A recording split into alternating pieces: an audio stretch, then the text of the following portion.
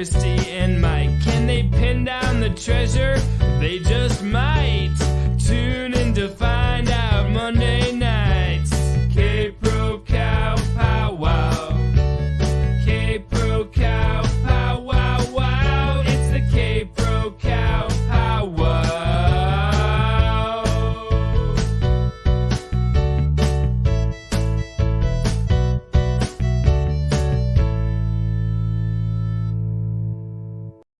All right, take it away, Christy. Hey, everybody. Welcome to a post-Thanksgiving show. I hope you all had a great Thanksgiving. First, I want to say to Bill and Erica, congratulations on your engagement. You are kind of a lurker set of searchers, but Ben and Ashley, treasure warriors, and they are engaged. We have so much to talk about. They already went live and told you guys about it, but I wanted to say a formal congratulations to them. We love that the community, we have another marriage coming up. It's going to be awesome. So that's the first announcement. But we have Darren here from the Cooper Vortex. I let the kitty cat out of the bag. I thought the Cooper Vortex met the entire Cooper group. And someone said, it's not secret who you're having on because the Cooper Vortex is Darren. And I'm like, no, I thought that meant, so I'm learning my lingo. The secret was already out for the Cooperites out there. So Darren is here. He's going to talk DB Cooper with us. I'm going to let him introduce himself, but we have a huge announcement about hahaha. That'll be coming up. We're going to talk a little bit about the community. He's kind of the leading expert. I told you guys last week, we had this great MC at CooperCon. This great MC, it is a little shocking. Darren, I won't say I will put you in the senior category, but you just mastered that room. So congratulations on a great show, but tell us about who you are. And one of the mods, if you would put the link to Darren's podcast in the chat, and you can hear he has 57 episodes, so we can all get caught up. So Darren, who are you and who are you in DB Cooper land? Well, my name's Darren Schaefer. In DV Cooper land, I am the host of the Cooper Vortex podcast. I sort of really fell into it hard about 5-6 years ago. And then the timing coincided with me starting this new job where I worked entirely alone. So I was listening to 40 to 60 hours a week of podcasts and talk radio. And I just decided I was so sick of these other shows covering DB Cooper and doing it poorly and doing it in 45 minutes. How the hell could you even discuss the case in 45 minutes? So I decided, you know what, I'll try and create the show on my own. And here we are. I'm, 57 episodes deep into this, something like 300 hours we've done. It's a fascinating, interesting story. And as far as the Vortex goes, I originally was going to call my show the DB Cooper Podcast because I'm that creative. But everyone just kept saying the Cooper Vortex, the Cooper Vortex. And I was like, I got to name it that. That's such a cooler name than the DB Cooper Podcast. And then I also would like to congratulate Bill and Erica. And thank you guys for having me on the show today. Awesome. Thanks for being here. So I wish I would have went to the conference now. It sounds like pretty interesting stuff. I just want to remind everybody, Super Chat's on in case you have a question. You absolutely have to have Darren answer, or myself or K-Pro. But give the show tonight a thumbs up. And I know K-Pro's got a bunch of questions. Yeah, and I will say, Stephen, I see your question about GPS solve related to Forrest Fenn. I will discuss that next week. We will have searchers on then, and we might tangent off, but we're going to stick to DB Cooper tonight, though we're talking about hahaha, which many believe is related to Forrest Fenn. So I'm not ignoring you, Stephen. I'm just purposely not answering. So, okay. So a lot of, if you don't know about the Forrest Fenn community, a searcher came in about 8 years in and found it in about, he found the location in a couple of weeks, but it took him about 2 years to find it. So I kind of equate that to where I'm coming into this, and many of our almost 100 people watching, we're coming in at year 50. So tell us right now, there's an established community. I will say I thought as I was sitting in the room with a gentleman named 3D Bronze, that's his handle, not his real name. We were sitting in the room going, oh, that's such and such. Oh, that's such and such. Like you were Toby because you were the speaker because Toby's in our community. There was just a lot of similarities in community. Can you tell us where we are right now as a Cooper Vortex community or Cooperites about where things are, when you think it will be solved, where people are with research? Are you losing some people? Are you gaining some people because of the 50th year? Is there a lot of controversy? Are people more working together? What are your thoughts on the community? My thoughts on the community, that's a good question. We have lost a few people. It's been 50 years, so unfortunately some people aged out, to put it nicely, of DB Cooper. But there are more people showing up as far as where the case stands. I don't really think we're that much better off today than we were November 29th, 1971. So there are a lot of different theories. There are a lot of different suspects and speculation. We can't put anyone on the plane. Most suspects we couldn't put in Oregon that day. So there's a lot of work left to be done in this case. And if you got a bunch of free time now that Forrest Fenn is over, then join into the Vortex and see if you can get this figured out. Yeah, we have kind of the mystery sleuth type people that are really into.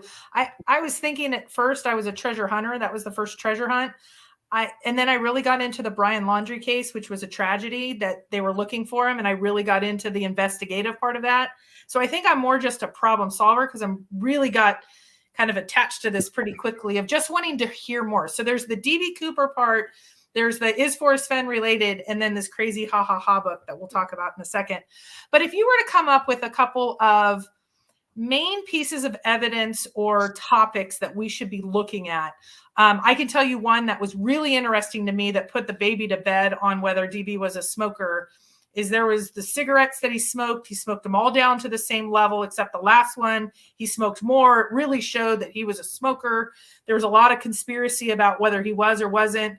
Once you kind of see that in the FBI files, that was one on my radar early as a newbie that kind of put that to bed a little.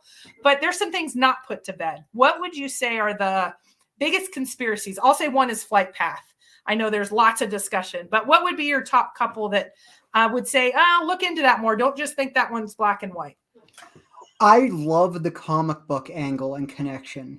The idea that there is a comic book called Dan Cooper about a Royal Canadian Air Force pilot, stunt pilot, daredevil, parachutist, hero, badass. There's one where he diffuses a bomb on a commercial airliner.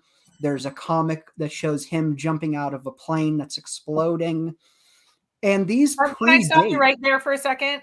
And those of you that have TTOTC, yes, that one that he just talked about looks almost identical to TTOTC. That's our chase book for Forrest Fenn. Almost identical, but keep going. Well, we're going to have to get this comic book. I knew obviously. you were doing it. Yeah, and the comic book predates the skyjacking. So It's not like it happened a few years later and the comic book used that name. That comic book character predates the skyjacking. And I make the analogy if some dude robbed a train and escaped on a skateboard and he used the alias Tony Hawk, would you think that was a coincidence that he picked that name, or was the name an homage to a famous skateboarder? Right. That makes sense. Yep. Yeah. And I just love the idea that the name he chose, which was Dan Cooper, not DB Cooper, was an homage to this comic book character. I find that so intriguing. I hope it's true. Someone prove that it's true for me so I can put that to bed. A few of us were discussing which rabbit hole each of us were going down. Someone on this panel that might be, I don't know which way he is, has thousands and thousands and thousands and thousands of comic books, buys huge collections and brings them via large U-Haul trucks home. So I'm sure this is going to be his angle. I approve all purchases related to DB Cooper related, Mike.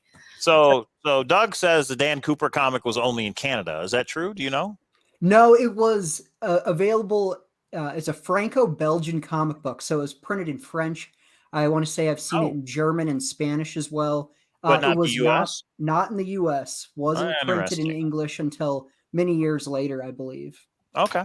Interesting. But what's interesting about a comic book, and this is like mostly speculation on my part, is that if you're a 27-year-old GI overseas, you don't have a cell phone to scroll through while you're sitting in a waiting room, and you don't speak French, but there is a comic book on the table. Mm-hmm. You can pick that up and get the gist of what's going on in there, even though you don't speak the language.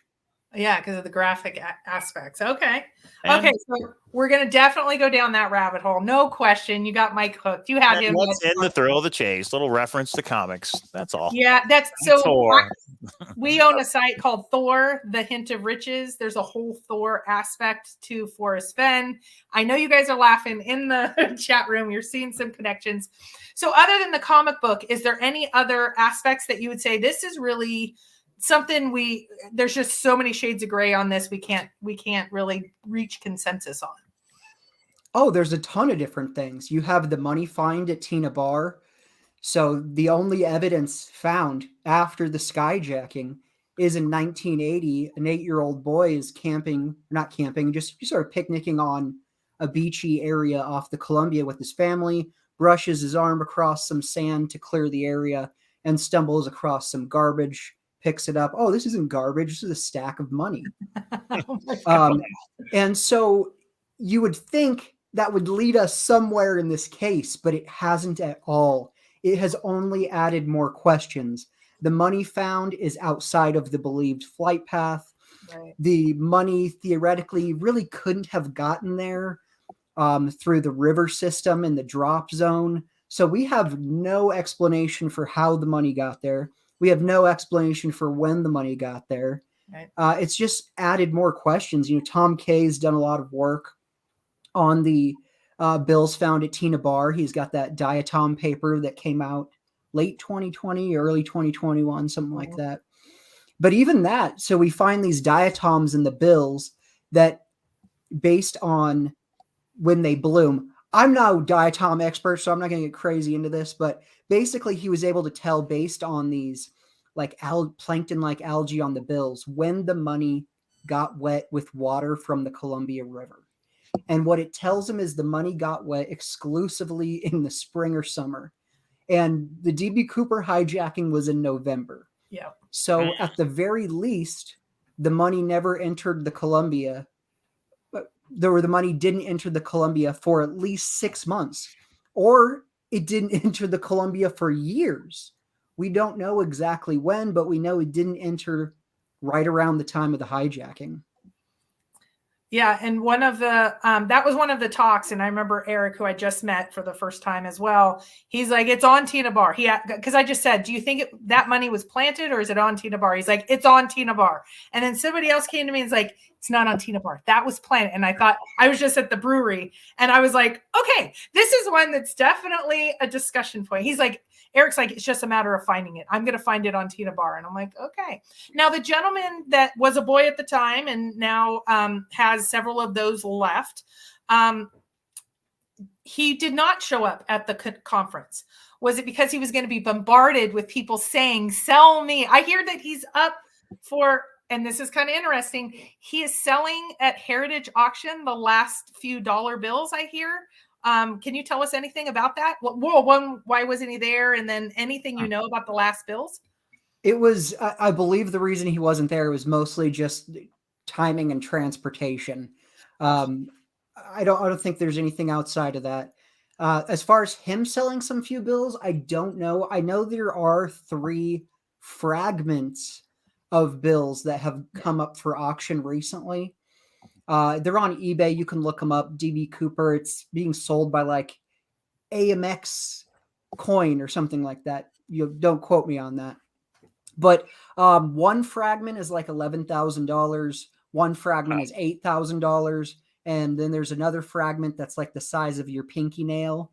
And that's going for $6,000 right now. So if you've got some extra money to throw away on a piece of money, then There you There go. it is. Yeah, I just looked it up. And I believe it's been on Pawn Stars out here in Vegas. I thought somebody was in there with some of it, but I could be mistaken. I There's believe that one was from a 10,000. different bill because Mark Okay. Meltzer has a really nice example of a Cooper Is that the bill. one that was at the conference? Yes. Okay. Yeah. Jack, I I'm would looking say at it's you. like it's almost half. It's like an oval in the middle. It was really you could tell it was a bill. It was there. It wasn't a peaky size. It was big. It was nice. And that was the cool part is there was a lot of not the parachute, but a similar parachute. There was people signing. This is the book that I got because that's where I'm going to start is as factually as possible. There were people selling. There's an escape room there. I know there's some controversy in should you, sell stuff? Yeah, you sell stuff. It's called, it's called, and so there were stickers and there was, I tried to get one of the shirts for the conference and they sold out before the conference even started. So anyway, it was a great time. So, okay. So we have the money, we have the flight path. Where's the money? That's the big thing. I'm sorry. Go ahead. Super chat. Yeah, we did get a super chat from Steven Danzer. He says, has anyone looked into USA to European flight passengers after the heist and cross-referenced the list with military personnel with jump experience? Well, I'm sure the FBI has done all this at that time. I mean, it's been, I wonder how many years went by before they finally kind of dropped it and made it a cold case. I don't know if you know the answer to that. I know the answer. I'm sure, Steven, they've done it already. I can give you a really great answer to that. The FBI looked at essentially every person that was a member of the United States Parachuting Association at that time. They looked at many members of the military who had jump experience. They went to air bases and asked around, have you seen anyone that looks like this? Do you know of anyone who fits this description? They got many leads, and all of them went nowhere. You can see in the FBI files, because they're out now, they had a conference. I think it was in San Francisco in like 76 for FBI agents. And basically the result of that conference was, does anyone have any new ideas? Does anyone have anywhere we could go with this? We've looked at everyone. Bill Mitchell, who was at the conference, I thought it was really interesting. He said in the weeks after the hijacking, they were bringing him yearbooks of military people, of crews for airlines, of parachutists, and just, hey, look through these books and see if anyone looks like the Skyjacker, which basically tells you they didn't know anything. They were reaching for straws. All right, we got one more super chat from the Treasure Warriors, Ben and Ashley. I got lost in the thrill of the chase. DB Cooper, the ha book. He said, sorry, can't help myself. Hang on, guys. Darren may just have some breaking news, but we'll get there. We'll get there. Well, I want to bring up the military aspect because I just read an article that was out that you may know about. Because one of the really interesting or unique aspects is DB Cooper knew before even the pilots knew that you could actually drop the staircase and jump from the back of this plane. And there was a really interesting article, and Warriors, if you have it, I know a few other people have it. Packer Jack, if you have it, put it up, put a link to it. And they basically tied that there was some specific training done in Laos, that happens to be where Forrest was a military man, that actually had the staircase down, and they did jumps during that time. Do you know about that article? Have you heard anything about that? Because that kind of ties to military. That's specifically where Forrest was. So I'm going to tie it in a little bit with Forrest here. Do you know about that analysis that was done? Yeah. And then there's another group, Southern Air Transport, I think is the group, that CIA front that they were doing. And basically they were experimenting. Can we fly this plane that looks like a commercial airliner, like a commercial passenger jet, and use that to drop cargo and or personnel out the back and remain mostly undetected, or at least they'll think it's just a bunch of people traveling, so no need to shoot it down. But there was also some testing done in Washington. I can't remember the name of the town off the top of my head, but it was for a similar purpose. Nice. Okay. You know, Cooper knew the plane could be jumped. He knew it could fly with the stairs down. He oddly knew the plane could take off with the stairs down. And none of the flight crew aboard that plane knew any of that information. No one at the airport knew any of that information. Right. And they had to call Boeing to find out if what Cooper was saying was true. So do you believe that Cooper has a military connection, or do you think this was just some specialized knowledge that you needed to have? I think he definitely had military experience. Okay. But one caveat I'll say to that is in 1971, most middle-aged men had military experience. World War II, Korea, Vietnam, most dudes were in the military. And then another thing I'll say is that when Tina Mucklow's walking to the cabin after she tells Cooper how to lower the aft stairs, she turns around to see him sliding into one of the parachute harnesses. And if you've never put one on before, you don't just pick it up like a coat and throw it on. She commented that it seemed like he had done that many times before. And again, I'll say, if Christy, how much experience do you have racing motorcycles? 0. So would you plan a crime where you had to escape on a racing motorcycle? No. Right. If you are going to plan a crime where you escape with a parachute, are you going to have some parachuting experience? Right. But parachuting experience can be different than military parachuting experience. And I think that was the differentiation point to me. Like, I've jumped out of a plane twice and I had a parachute on. I was tandem both times, but I had a parachute on. I'm not an expert, but I knew the guy that was tandem with me. He had jumped out of he had no military experience, neither one, but they've jumped out of a plane 400 times. That I think is different than someone that had extensive military experience. I agree with you. I think it's more of a military person, but then also had a lot of experience. But I don't think we can say that not military. It seems more likely than not it would be a military person like Forrest Fenn. It would. And also at the time in 1971, sports skydiving was not a very big thing. There wasn't a drop zone in every single town. And Mark Meltzer, he told me that because he's been doing this for 50 years, so he was parachuting at the time when this happened. It's sort of why he is stuck inside the vortex with me.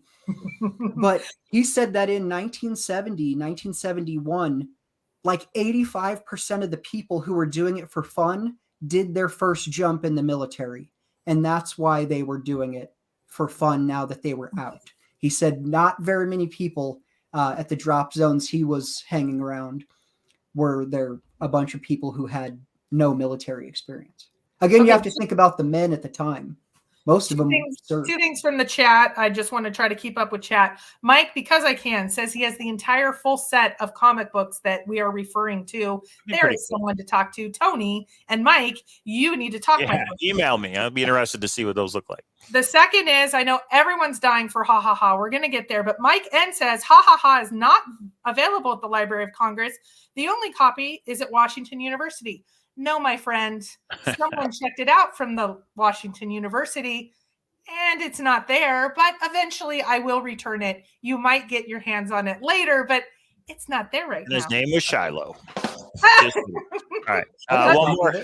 Hey, there's a copy. One more question. Barry Casey, question for Darren. If you know, it says, is it true the finding family, meaning the family that found the money, got almost half the money? The landowner got almost half, and the FBI only kept a few best bills due to a lawsuit? That is correct. So the money find sort of, Jeffrey Gray goes into it real well in his book Skyjack, but the family finding this money, it wasn't as cool as they thought it would be. The FBI took the money from them because it's part of an active investigation. Then there was a lawsuit the family brought on, or a friend of the family, that they should either get some reward or get some of the money back. So the FBI just essentially scraped off a bunch of the bills because they were like just a gross clump, and gave them back to the family. Wow. And then years later, Brian Ingram auctioned off a handful of them. The FBI still has a handful of them. And then I believe a couple of them potentially went back to the insurance company, but I haven't been able to verify that.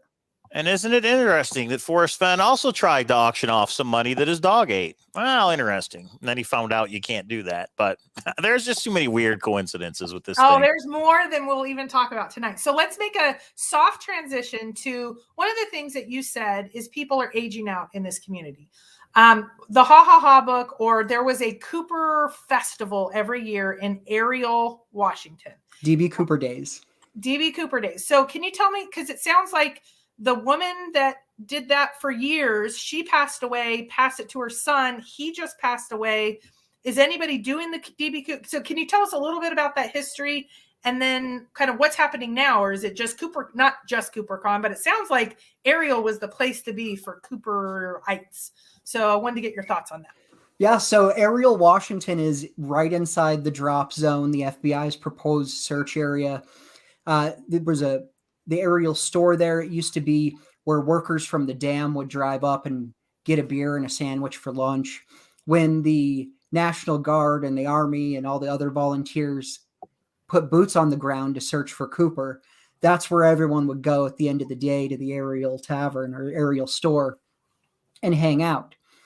And Donna Elliott purchased the bar, gosh, I want to say early 80s, maybe mid to late 80s. And she continued to run the DB Cooper Days at that bar, which would be, I want to say it was the Friday after Thanksgiving. They had the party every year, I believe. And it's just a place out in the woods in the middle of nowhere. They needed something to bring people in. So they had this party, and it was ridiculous. I mean, the place really only has like 2 parking spots, maybe 3 parking spots. And then for DB Cooper Days, there would be a line of cars parked all the way down the road that it's on toward the highway. And then there would be a police officer there telling you can't park on the highway. You got to find somewhere else. Fine. And the place would just be packed with people. It felt like the building was going to slide down the hill. It was this always, as far as I'm concerned, it was always this kind of hokey, shady. You knew the place wasn't up to any sort of building code or standard, but you just assumed based on where it was that they just let that slide, which we actually found out Donna Elliott passed away in 2015, 2016. And the county actually revoked all of their business licenses and said, we grandfathered Donna in. If you want to continue to run this as a business, you have to bring everything up to code. And it was just a monumental task. Basically, the whole building had to be entirely redone, including like the foundation. It was on a septic tank. It was just should have probably never been a large bar. But Brian tried to bring it back open briefly, and then he sort of was going to turn it into a DB Cooper museum because he and Donna had amassed this crazy collection of memorabilia about the case.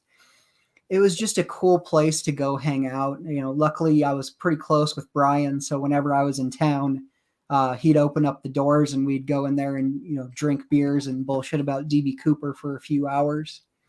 But Brian Woodruff passed away. It's been sold now to a couple that live in Woodland. They have plans to bring it back into its glory, but it's a tall order. Okay. Now, the one thing that we found from the original owner, I forgot her name, is she had as many hahaha books. See my segue? As many hahaha books, because she said she knew who wrote it. No problem. I can get you more if needed. And she was selling these hahaha books. So, wait, we have a super chat. So let's answer that question before we get into hahaha. Did Darren mention Germain tricolor? What does that reference to? Because I'm not sure. Do you know, Darren?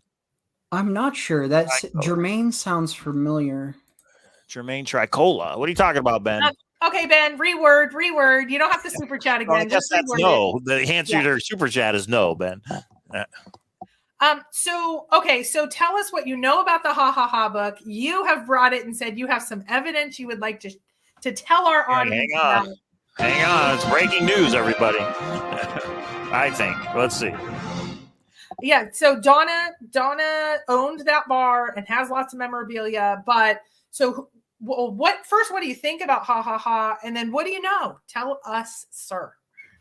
The Ha Ha Ha book, it's mildly interesting in my opinion. It's not very accurate on the case. It really reminds me a lot of the movie D.B. Cooper with The Pursuit of D.B. Cooper. That's what it's called, with Treat Williams and Robert Duvall, where the beginning is the skyjacking, and then it's sort of like a meandering police chase, drive across the country thing. The Ha Ha book's kind of similar. There's nothing there. There was only a few people who ever thought in the Cooper world that there was any validity to that book at all. And one of them was Brian Woodruff, who he was trying to like solve the code in the book to get the 200,000 or whatever he thought the prize was. But I've spoken to a few people who told me who wrote the book. I've heard two different versions of who wrote the book. And so I've been trying to track down for a while the truth, and I have the truth for you, and I can do it without telling you any sort of story of this person told me that or this person told me that. So I'm going to recommend a different book to you. There's a book called Plague of Justice, a true crime story, and it's by Stan Terrell. It's not a very popular book, but there are 2 chapters in this book. And the book is about his father's murder and the whole story. It's a very wild book. But in the book, there are 2 chapters. Chapter 8 is called D.B. Cooper, Massage Parlors, Sniper Shooting, and Aircraft Sabotage. Chapter 31 is titled Ha Ha Ha by D.B. Cooper.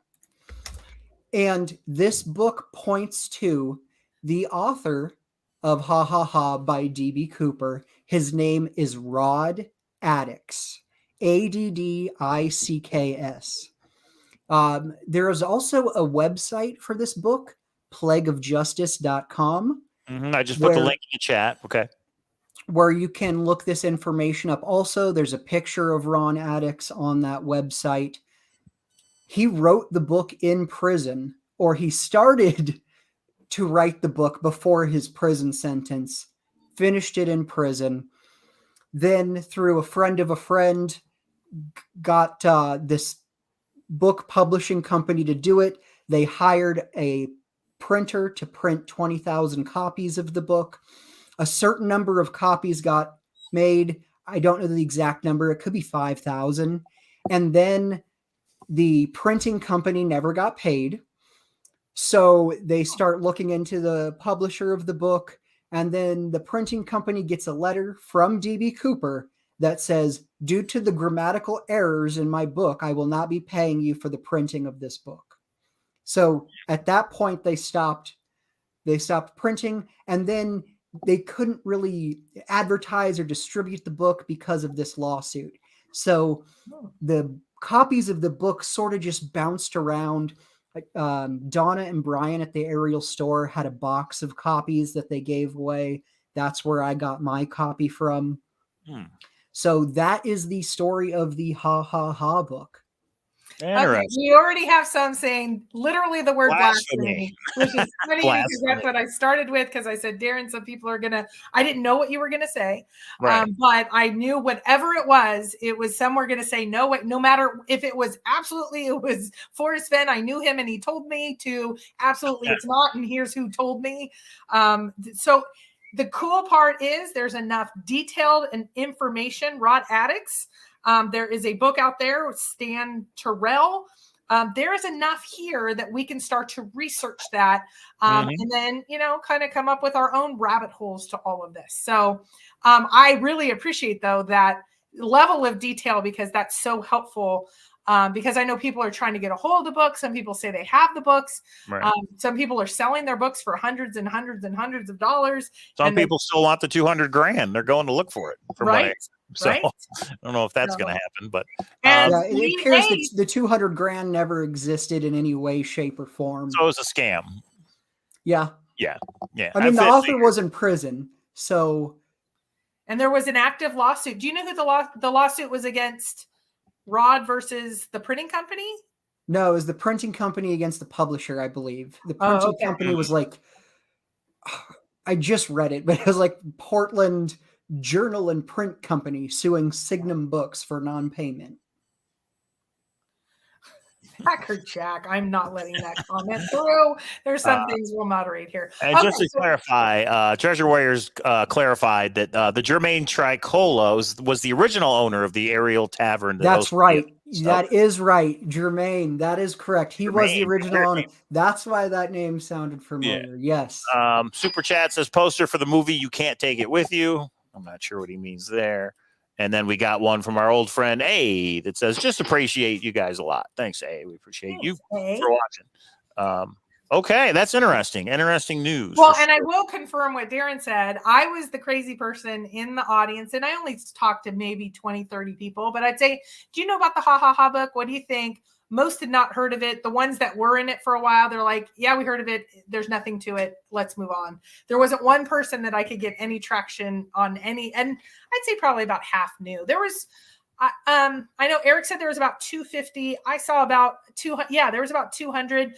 There was a little pub the Saturday night, and it was packed. I was actually asked to go outside where you were because it was over capacity due to COVID. Because I was just standing talking to people, and they're like, "If you don't have a seat, we're over capacity." So there's an actual brewery. The entire thing's about DB Cooper. So, I mean, every drink, every mural, everything. It was really, really cool. It was really nicely selected. There's also DB Cooper Appliances in Chehalis. And then there is DB Cooper's, a bar in Lincoln, Nebraska. Wow. So people really took off with this thing, huh? Pardon the pun. Yeah, well, and that I think was the best part. I already said this last week, but I want to circle back. That was the best part of the conference, I think, because there was all these Cooperites that were like, DB Cooper, this is awesome. He got one over on the government. And then the pilot's daughter, who was 16 at the time, and it shook her mother, and it was upsetting to her. And the gentleman that was the passenger, he was saying how he had nightmares after. It took him a little while, but he had kind of a PTSD because of it.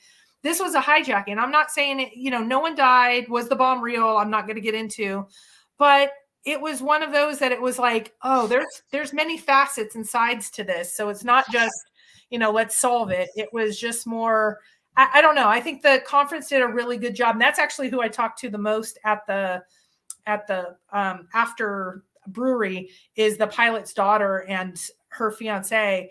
It was just really interesting to hear their perspective. And she's like, it's such a negative in my life, or like not a positive, but she's looking around going, all these people, it's a positive, it's a passion, it's a mystery. And it was just I thought it was very thoughtfully planned out, all the different aspects. Oh, yeah. And that's an interesting aspect, too. I say it a lot. DB Cooper didn't physically harm anyone.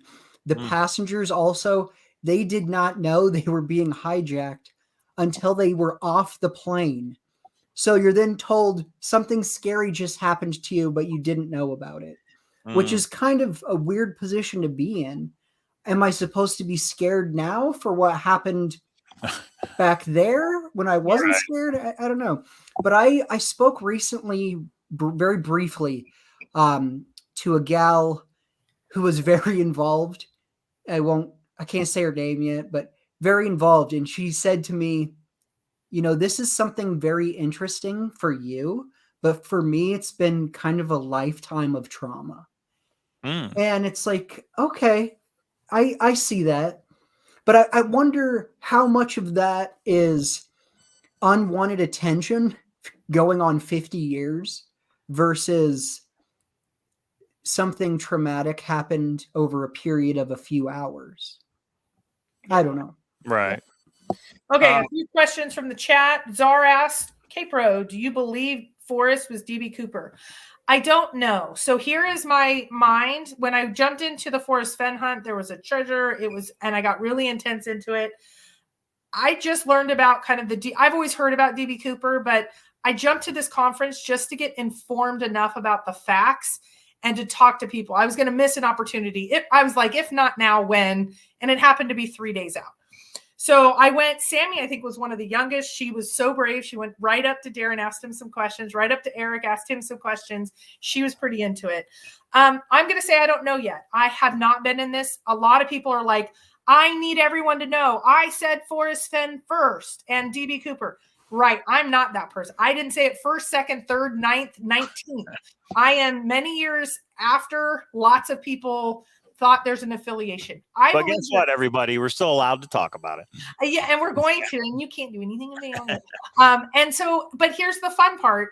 I'm exploring. So, and this is where I see three aspects. There's the DB Cooper on its own is interesting because that's a mystery. Is Forrest Fenn associated with? I'm a little bit more, there's an association, but maybe it was Skippy, maybe, and then the hahaha book. So there's three buckets. Even if the hahaha book is a scam and gone, there's still this affiliation, which is kind of interesting to discuss. I'm up for discussing that more and understanding more. Do you guys have this book? Could Forrest Fenn be what? Okay, so Forrest Fenn sent me that book. I didn't know about this book. What is this all about? This is Mindy and Stephanie's book, or Stephanie. Oh, gotcha. I had it in electronic form. I never saw the cover. Got it. Yeah. Forrest actually sent me after they wrote it and said, you should read this. And I'm like, what is this? I'm like, is there anything to it? And we had a whole discussion about it. I have not read it. They are one of the first people. Somebody just messaged me today and said, I was looking at it even before then. I can give you some They are one of the pioneers. So let's make it clear. They wrote a book about it. So congrats to them that, Yeah. And it's important to some people. I did it first, like Troy the other day. It's important to some. Yes. There's going to be more of us talking about it. It's interesting that it got no traction. I didn't really hear about it in the community very much. Now, I think because of Alan's efforts, it's really kind of started to take off. And we have kind of a vacuum because the Forrest Fenn hunt is over. So Mike N had a question, K-Pro. Who has the Washington University Library book? Did you answer that or did you not? You do. Okay, so just to verify that, Mike, K-Pro has it. Not sure how she got it, but she has it. So K-Pro has her ways. Okay. Yeah. Okay, that's done. Yeah. Okay. So if you guys have questions in the chat room, put at K-Pro and I will answer questions. So we'll start to wrap up in the next 5-10 minutes. Where do you see this being solved? When, what day? There's one of the guys that jumped out of he says he has it solved and he's putting it out next week. I did hear people say again. So I thought, oh, that's kind of like a few people in our community. Do you think it'll be solved next week by some big announcement from a tuber or what do you think? I have no idea. I've heard many people say before they've solved the case and then watched them present their evidence to people that weren't stunned. So I'm not sure. I've talked to Dan Greider.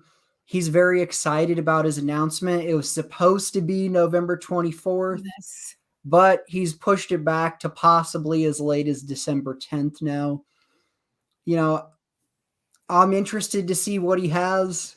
Anytime someone comes forward with a new theory or a new suspect or saying they're going to solve the case, I'm listening. Okay. I mean, even to go back to Forrest Fenn, I'd never heard of Forrest Fenn in my life. And then in 2018, I get a message from someone, hey, you need to go take a look at this Thrill of the Chase website. And there's a forum there where they're discussing DB Cooper. And I checked it out and I was like, okay, whatever. And then I started looking at Forrest Fenn a little bit and it was interesting. And then probably 6 months after that, I think it was early 2019, I got a PDF of Mindy and Stephanie's book and read that. And I was like, okay, that's pretty interesting. You know, maybe I should have them on the show. And so they were on the Cooper Vortex. This episode, I think it's called DB Cooper and the Thrill of the Chase with Mindy and Stephanie. It's a fun episode. It came and went. But then I started getting messages from Forrest Fenn people. And I was like, no, you're taking all these different leaps here. There is nothing, in my opinion, linking Forrest to the Cooper case at all. Definitely nothing linking him to the book. There's that, him and his brother, they both sort of liked aviation, and then Forrest had this, all of a sudden he had the money to buy an art studio in New Mexico. I'm sure I'm getting all these details wrong, and you guys are super upset. Yeah. But I mean, that's like those theories. Oh, this guy, he looked like the sketch, and he subscribed to a parachuting magazine. And in 1977, he bought a car that I thought he couldn't afford. No. Okay, that doesn't make him a DB Cooper suspect. Yeah, well, and I think that's the thing right now. A lot of people are asking me, is he? There has been some interesting, like when I read the article about Laos training of having the staircase down, that's when Forrest was in Laos. It says it in his book. I thought, interesting. But there was a lot of people in Laos during that time. There are some interesting connections, but I would not say guilty in a court of law based on, we need a smoking gun that ties it all together. I'm hoping that there's some dollar bills somewhere but there needs to be more. And I'm hoping this community coming in with a different perspective, because I feel pretty strongly after talking with Eric. I don't think Eric will ever believe that the money is not on Tina Bar unless it's found somewhere different than Tina Bar. But he's going to be on Tina Bar until the last day when it's solved. There's a lot of people that are really and there might be good reason. I actually am more leaning towards it not being there.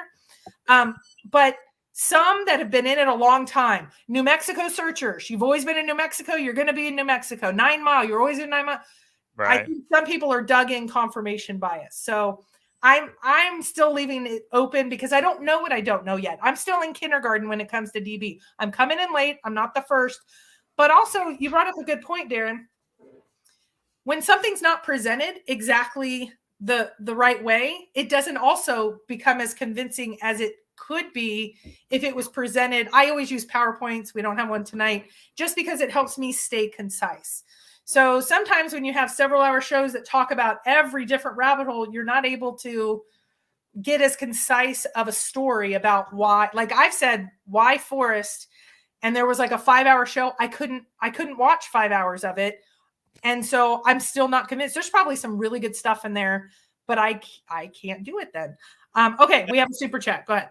Yeah, and I'll just say, Darren, another reason people have made this connection, Forrest Fenn and DB Cooper, is because he said there's a bigger story here.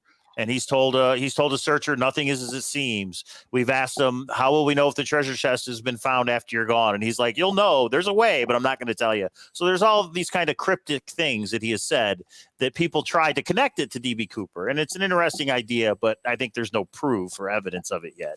My take on Forrest Fenn, and this can be a hot take, is I think he was a shameless self-promoter. Mm-hmm. I think he was a cult-like ringleader of this group of people who he sent intentionally on these wild goose chases. Mm-hmm. I'm not even confident the treasure was real. So that's where I stand on this. I have done approximately, let's go with 78 minutes of research on this case. Okay. But that is where I stand. I did read Mindy and Stephanie's book, so we'll go with maybe 4 hours and 78 minutes. Okay. Super chat from our old friend 3D Bronze. He says, one thing you can believe, DB Cooper was here. A new armchair treasure hunt by 3D Bronze is coming soon. Launch date is a mystery. Pre-orders tomorrow. 3dbronze.com, everyone. And I will say, Mike and I are doing a new hunt, and we're a marriage, as you know. You didn't meet us as a marriage. We didn't even know each other through this hunt. My half of my puzzle is going to be a DB Cooper story.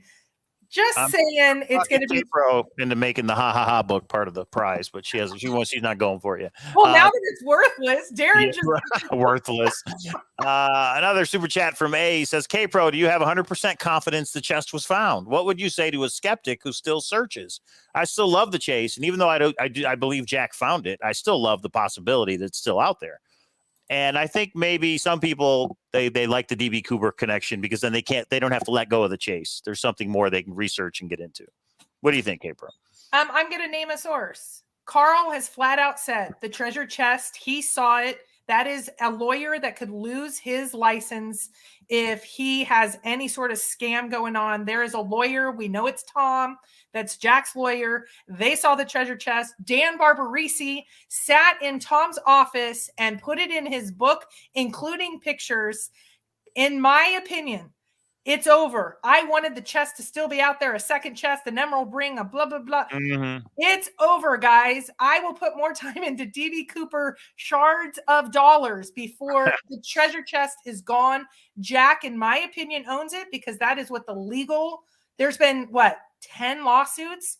All the lawyers and all the lands and all the judges have all said, plus we have pictures, we have different people, we have media, we have Jack, we have pictures that we helped fundraise to see if they were Photoshopped. They were not. Right. It's I can't say anything more. Stick a fork in it. That part is done. I'm not saying there's not more to the story. I know you guys want to discuss more of the story. We can one day, but not tonight. There's one more. Can we do one more, K-Pro? One more question? Yes. Nicholas Broughton says, what does Darren think about the Griders suspects theory? Griders? Am I saying that right? Yeah, Dan Grider. He's got that announcement coming out in the next 10, 11 days. What's today, the 29th? Yeah, yes. So in the next 11 days, look for what Dan Grider has to say. As soon as he shares it on his YouTube channel, he said he was going for like a 1 hour to 90-minute almost documentary on his YouTube channel when he solves the case.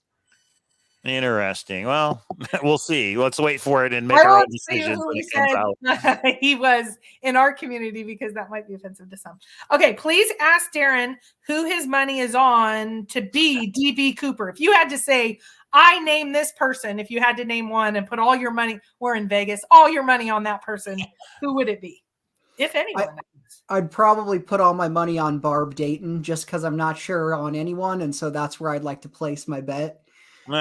But there are a few suspects I think are more interesting than others right now. Some suspects where there's some more work to be done. Some suspects that are just plain interesting. I think James Klansnick is someone who there's no motive, but we can't disprove it really. So that one doesn't go away, and I haven't really made up my mind about Klansnick.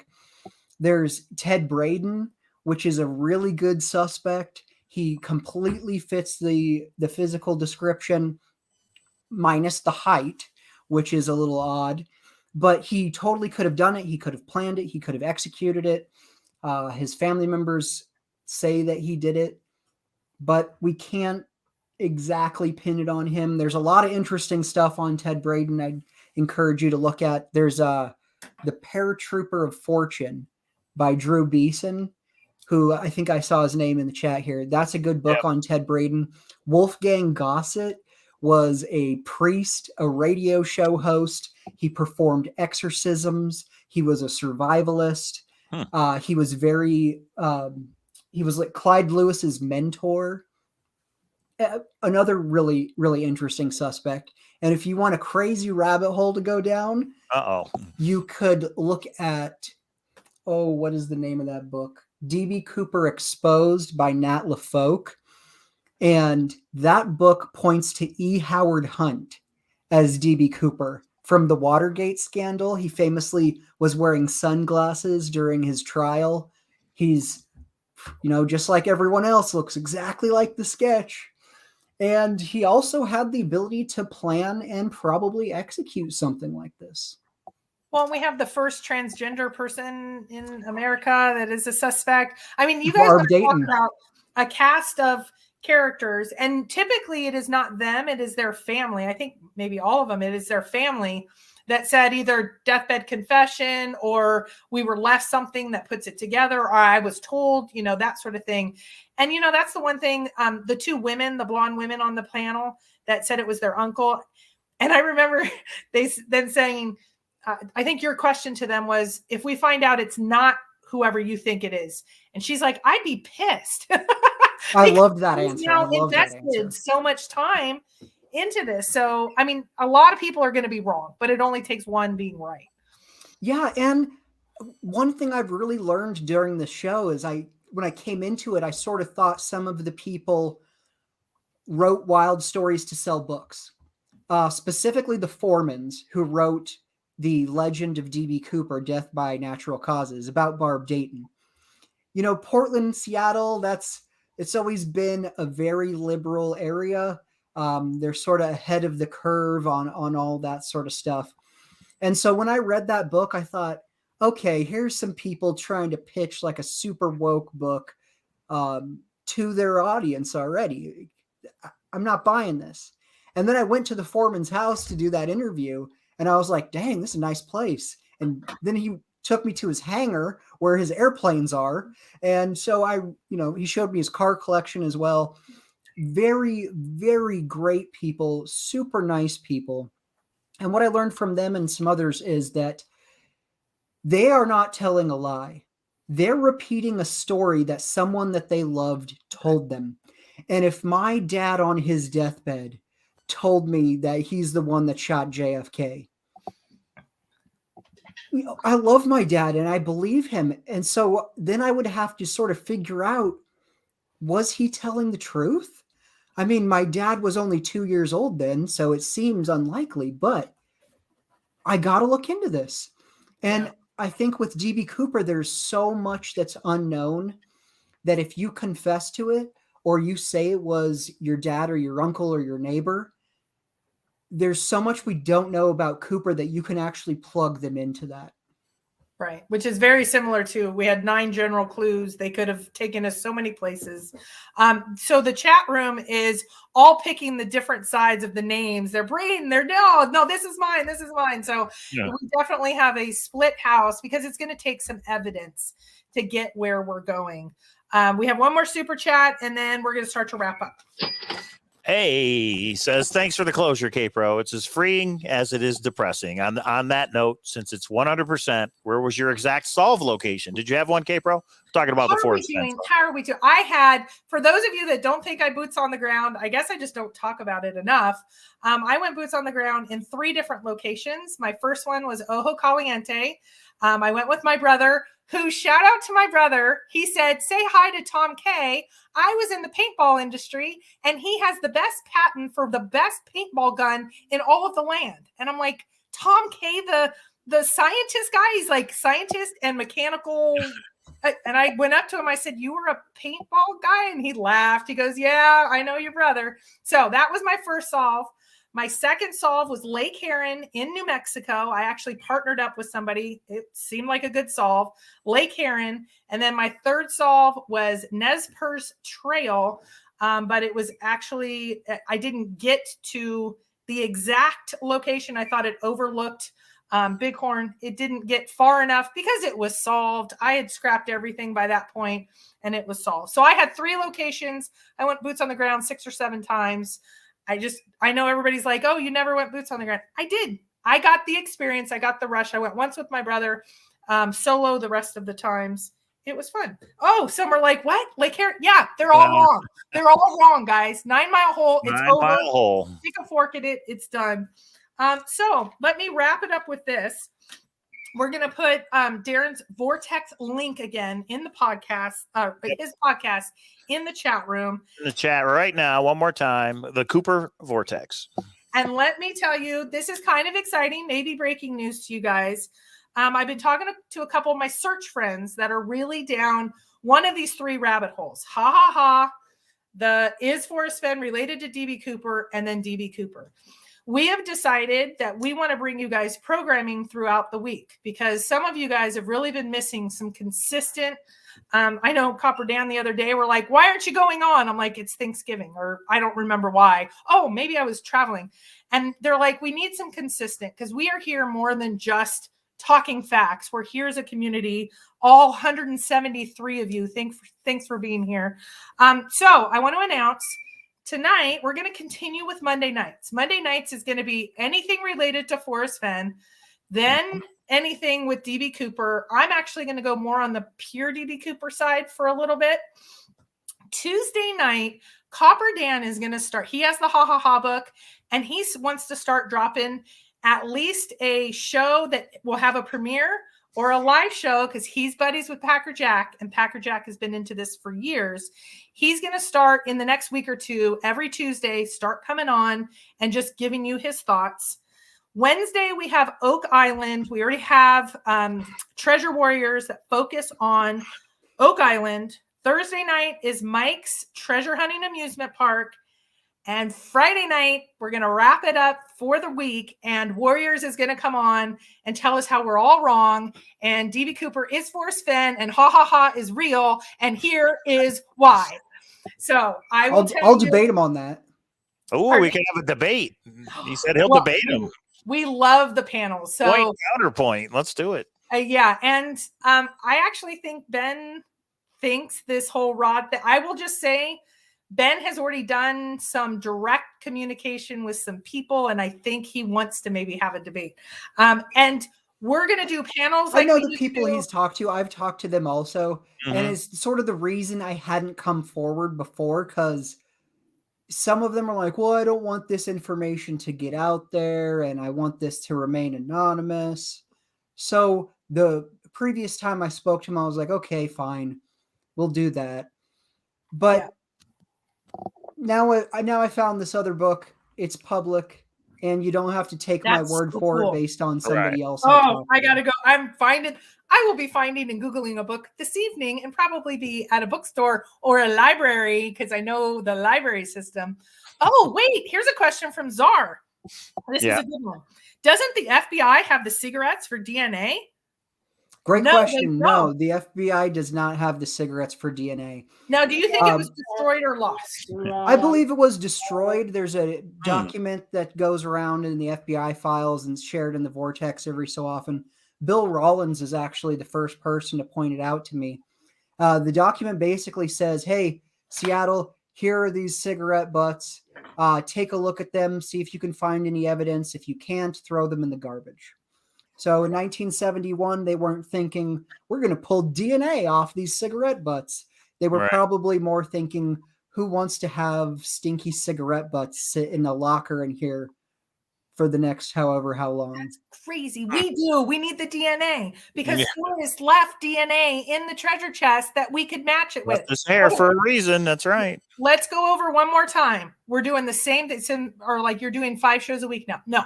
Mike and I are Monday and Thursday, like we always have been. Mm-hmm. 6 p.m. New start time, an hour earlier, 6 p.m. from now on. Treasure Warriors is going to be Wednesday. They're Oak Island, which they've always done. And Friday, they're going to do DB Cooper, probably with Alan. That'd be my guess. Ben and Alan are researching buddies. So Wednesday and Friday is Warriors. And then Copper Dan, he's coming in on Tuesdays, and he's going to round out every night. You guys will have somewhere to come and chit chat and have a good time. I'm sure there's going to be lots of others we just wanted to bring a consistent week to week, because we know that's what you guys want, and that's what you guys like. And that's why you guys come here. And wait, what night is the politics and religion show? Never. We can do a UFO show. We can get into conspiracy theories, guys. I didn't even show you. Do you want to see what Sammy brought for you and I forgot to give you? Bigfoot. Oh, there we go. We can do a Bigfoot show. I believe Mike has a couple passions. One, you can see our it's the logo.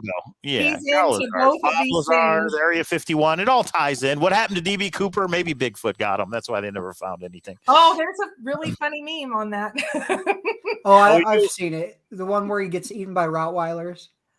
No, the one that has DB Cooper and then it has Bigfoot next to it. And it's like, which is going to be solved first? Gotcha. Have you guys seen Bigfoot versus DB Cooper? Is that a movie? I heard it's terrible. I've heard of it. I haven't seen it, but I have heard of it. That's hilarious. It's like, I guess I would call it softcore gay porn. It's wow. It's I would say 90% of the movie is shirtless guys working out. Hot. That's a conspiracy theory bridge. We're not going over, everybody. That's hilarious. I have seen it like Amazon Prime or something. I remember seeing that somewhere. Go check it out. It's great. That's funny. We do actually have some live audio from DB Cooper. I can make that much money in 5 seconds. I heard he said that right before he jumped off the plane. So bad. Stop it. Okay, Darren, you have been awesome and so fun. I know there's a few other people that said Can I come and tell my story of DB Cooper? Absolutely. Darren is kind of the leader. So I wanted to kind of throw out, there's 57 episodes to start with. I haven't listened to one. I don't know how podcasts work. So I'm going to pull down something, and I'm not a technology person. So I married the guy that is a like IT person. So he's going to help me. And I have a new phone coming. So you guys all need to go subscribe. If you don't, I won't let you ever in this chat room again. I'm just kidding. You're all allowed to be here. But I have some reading to do. I don't know if I'm going to read hahaha now. Ben, actually, Alan, Copper Dan, we need to talk. Hey, Copper Dan, you can buy it for $299 from us. He just bought his for $300. Just kidding. When I've seen the prices of that book online, that's crazy, right? It is so insane because I guess the appeal is just that it's a rare book, but I have way more rare books than hahaha on my shelf that I'm more proud of. The interest in that book is baffling. The last thing I will say is yes, Ashley and her fiance are going live. They are going to probably try to squash some rumors that they think we're here. And that's what the community is about. We're going to go point, counterpoint. Let's see what they come up with. We might go live after that. No, I'm just kidding. We're done for tonight. Darren, I will invite you. We have a meetup here in Vegas in February. We call it World Series of Fenn. It's a poker tournament, but all the treasure hunters get together here in Vegas. You're invited. I'm sure DB Cooper is going to be a topic that everybody's going to talk about this year. Oh, yeah. So if you can make it, we'll give you the details. It's going to be a lot of fun. All right. Yeah. And last but not least, I got to get the word out that this Sunday we're going to do a poker tournament fundraiser for Brad and Jana. You guys remember Jay, Minnesota, Cluey Brad. They need a new scooter. Brad got out of the hospital. So me and K-Pro will do a separate video. But this Sunday we're going to do a poker tournament on Poker Stars, a little fundraiser for Brad and Jana. I'm taking everybody down. World Series of Poker, guys. I'll take you down, but you guys have to buy in so then we can help get them a scooter, get them the medical equipment they need. Yeah. But this Sunday, so we'll do a separate so everybody can see it. We'll post it everywhere. Taking you boys down. Okay. Thank you, Darren, for coming on. Very enlightening. A lot of fun. The Cooper Vortex, everybody. Go check it out. If you need DB Cooper, that is the place to go. Check out the podcast. And you never know. Talk to Darren. Maybe he'll have you on. You never know. Yeah, hit me up if you've got questions. If you need me to confirm that Fenn was not Cooper, I'll do that. I want to do the point counterpoint. That would be awesome to do a debate. Jane, you ignorant slut. SNL? Anybody? Yeah. What? Okay, I don't watch TV, Darren. So Darren gets it. I got it right away. Jane, you ignorant slut. Exactly. All right. K-Pro can't believe it. Thank you for tuning in, everybody. Thank you for the super chats. And we will be live again this week as we always are. There it is. Was Forrest Fenn DB Cooper? It's not solved. I can't say yes or no. Probably no. But I can't say yes or no because I don't know. So there it is. I can say no. Yeah, Darren says no. What do you say, Ben? On the after show, check it out. Or actually, we don't know yet. The jury's still out. We're still collecting data. You've been at it for years. I'm like 2 weeks old in this. Everyone move aside. I'm going to get the answers. We're going to bring it to you. Yeah. Well, when you have the answer, hit me up. That's right. Everybody still wants to know, solve the mystery. So that's definitely valid, whoever it may be. Let's get some evidence and let's get a consensus on who it was. That's for sure. Mike N says return the hahaha book. It's not due until the end of the week, and I might. No, of course. I will return it. It will take a little bit for it to get rerouted back to its homeland, but it sounds like it's not really needed anymore because Darren just spoiled it for everyone. Santa doesn't exist, everybody. Let's just all go home and have our coal. So now the haha book can go into the prize for the new grand adventure. All right. Thank you, Darren. Thank you for coming on. We appreciate it. Thanks, everybody. Great, guys. Had a great time. All right. We'll see you next time. Guys.